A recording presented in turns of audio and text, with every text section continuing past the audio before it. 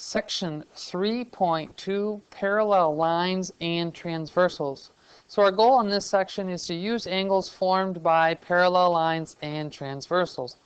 In class, we will do a parallel lines cutting activity in which we will kind of reaffirm some of these things we see in class. So our first one is the corresponding angle postulate. So we will pick a pair of corresponding angles, say those two for example, and we will color them in. And the corresponding angle postulate says, if lines are parallel, then the corresponding angles are congruent.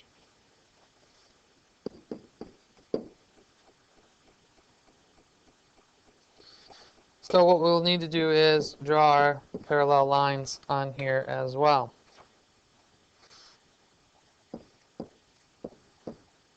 Alternate interior angles theorem. So we'll pick a pair of alternate interior angles. Color those in. This one says if lines are parallel,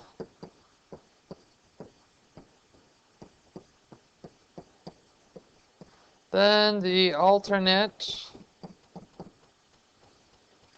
interior angles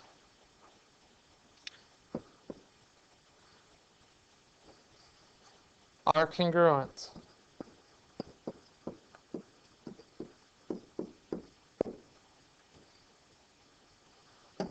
Alternate exterior angles. So pick a pair of alternate exterior angles.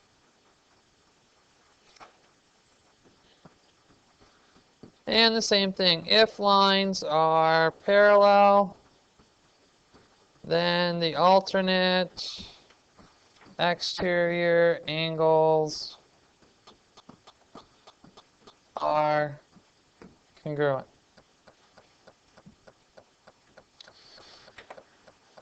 And then last one. Again, if lines are parallel,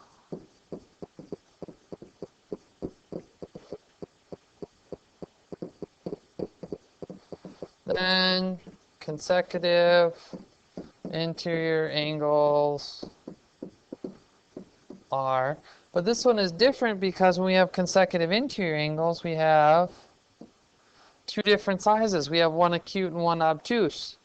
And what happens is we find out that they are supplementary. So this is the one that is different.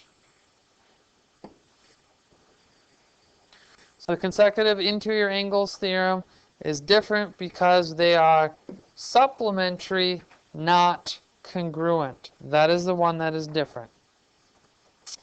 So when given this diagram below, identify which angles measure 55 degrees and justify.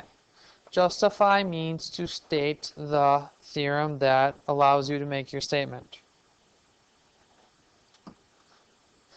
So I look here, 55, the easiest one here is angle 3. Why is angle 3 55 degrees? Because it's vertical. Vertical angles theorem. That one was easy enough. And if I look at 55 and 6, same location, different line. So this would be the corresponding angles postulate. If you would say corresponding angles theorem, am I going to mark you wrong? No, I'm more so looking that you're calling it corresponding angles at this point. And lastly, I look at, is there any other relationship I can use with 55?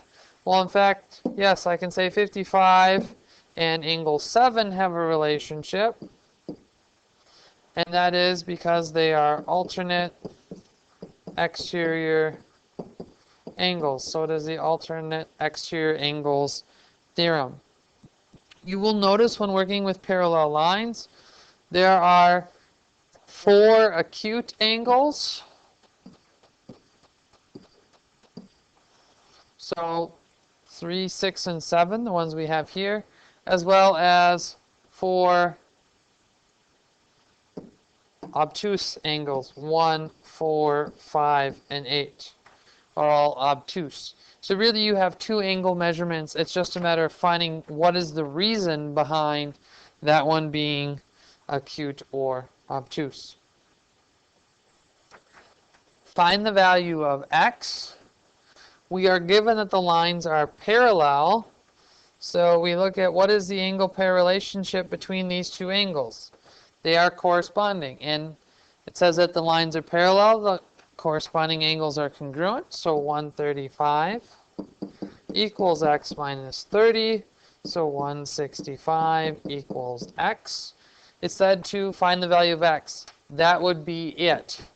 If it's asked you to justify, again, this problem does not, but if it did, it would be the corresponding angles postulate. All right. Proofs. I know we've been waiting to get to proofs so much.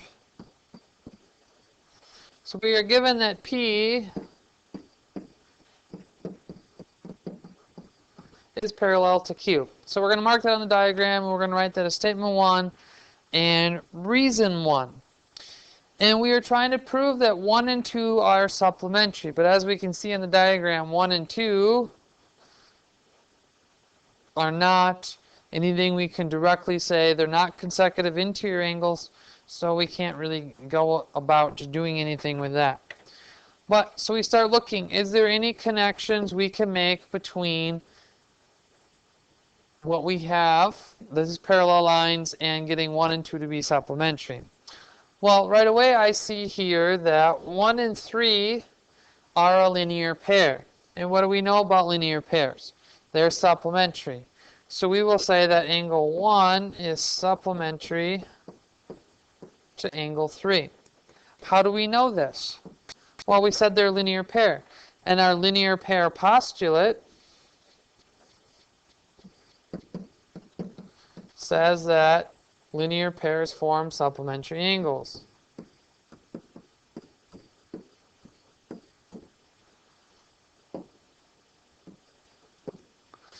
All right, so 1 is supplementary to 3. Whoop-dee, what does that do for us? Well, we go back and look at what does it mean for P to be parallel to Q? Is there any types of angle pair relationships, especially connected with 2? Well, yes, 2 and 3 are corresponding angles. And since the lines are parallel, we know that corresponding angles are congruent. So we will say that angle 2 is congruent to angle 3 because of the corresponding angles postulate. You could write corresponding angles congruent. And now finally, if we know 1 is supplementary to 3 and 2 is congruent to 3, we can switch 2 and 3. So we will do that and say angle 1 is supplementary to angle 2. And again, when you switch equivalent values, that is called substitution. And that's it. Our last statement. Again, angle 1 and 2 are supplementary. Angle 1 is supplementary to angle 2. We have identically, not verbally identical, but we have the same statement repeated, so we have completed our proof. Solve for x and y. There are a few of these complex diagrams. My hint is to draw the diagram in a couple parts. So what I'm going to do here is I'm going to solve the left part of this diagram first. So I'm going to trace these 3 parallel lines and draw the transversal and show that they are all parallel. And now I'm just going to solve for x. So I'm going to have 3x and I'm going to have 60. And now I'm going to pull the diagram away. And once I do this, I can see that a little bit easier to see that 3x and 60 have a relationship, that they're corresponding angles. And I know that corresponding angles are congruent, so I'm going to say that 3x equals 60, and thus x equals 20. And I finish the problem. I'm going to do the same thing for solving for y. Because what happens is,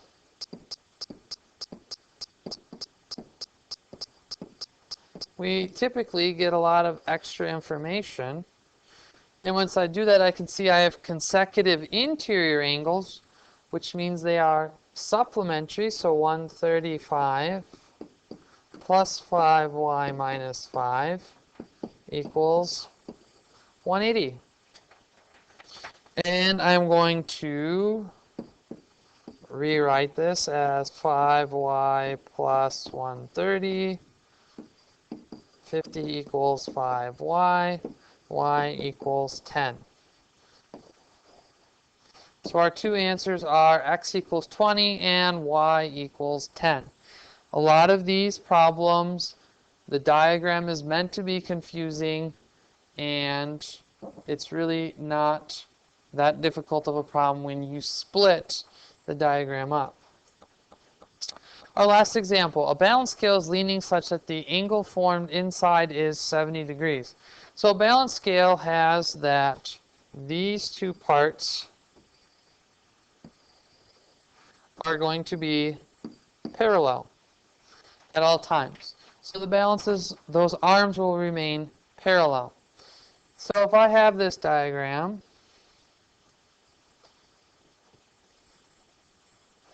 and it says that one of these, one arm forms an angle that is 70, what is the other inside angle? Whoops. What's the other one? Well, the relationship is that these are consecutive interior and are supplementary. So I set them equal to 180 and solve for x. So the other inside angle is 110 degrees.